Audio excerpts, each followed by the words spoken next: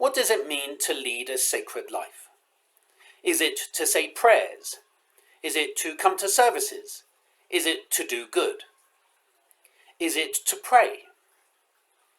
In Judaism, leading a sacred life means being part of a covenant, part of a relationship with God. And covenant is actually very interesting. It's a rather challenging idea that we have mutual responsibilities. And Torah is very clear on that, and the rest of Tanakh, the rest of the Bible, elaborates on this. The idea that if the Israelite people keep to the covenant, then they get rewards, and if they don't, they get punishment. And I think people have moved away from the idea of covenant, particularly after the Holocaust, because of the fear of blame. Well, something terrible happened to the Jewish people, therefore it must be because they didn't keep to the covenant. And that even goes to the point of blaming specific Jews or specific groups of Jews. You caused this to happen. But covenant is really important because covenant means that there's a connection, there's an agreement, that we are born into or we choose to be part of an agreement of action. Judaism isn't about faith. It's not about belief. It's about what we do. And so that's why connected to the idea of covenant so strongly is the idea of mitzvah. Mitzvah is normally translated as commandment. And there are in our tradition 613 commandments, although many of them aren't possible nowadays because they were connected with the temple. And so the idea of mitzvah, of a commandment, is also really interesting and challenging. Who's commanding us? Is God on high looking down from a cloud, saying, has this person done this commandment? Has this person done this commandment? Is there, according to Pirkei Avot, is there an eye that sees, an ear that hears, and are all our deeds written in a book? And is the Jewish people balanced by the covenant in terms of the number of mitzvot that we do? If that's the case, then it becomes a counting exercise. And clearly, Judaism's never been about that, or shouldn't be. Instead, mitzvah is about relationship. And Brit, covenant, is also about relationship.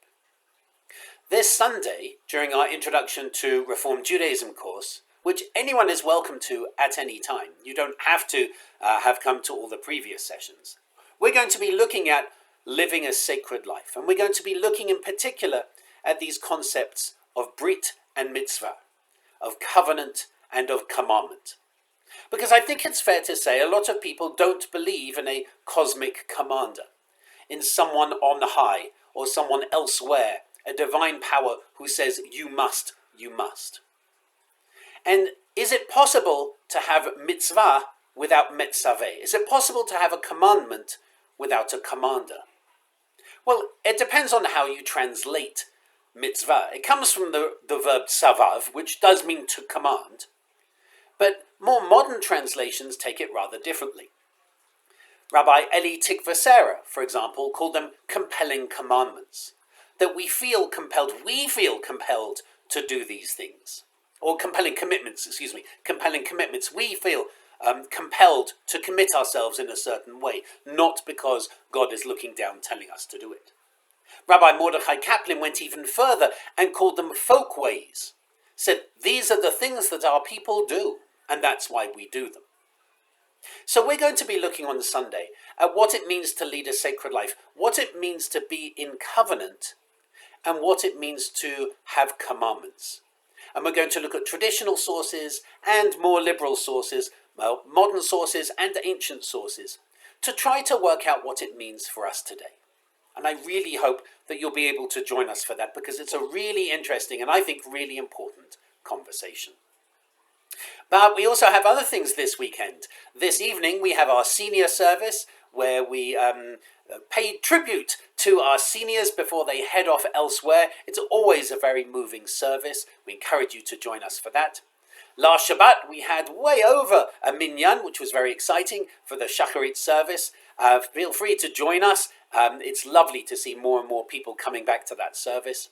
And after that service, we have the CAC meeting, that's the Community Action Coalition meeting, about homelessness, where we actually really narrow down. We've had lots of ideas in the last couple of months. What's our plan going to be for the temple?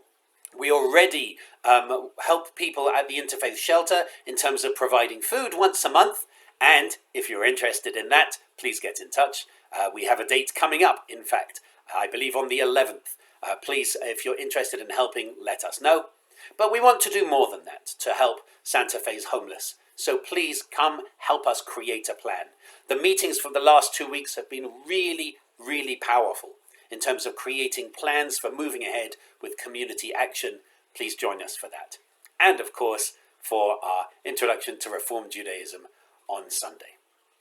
I hope to see you over the weekend, and I wish you Shabbat Shalom.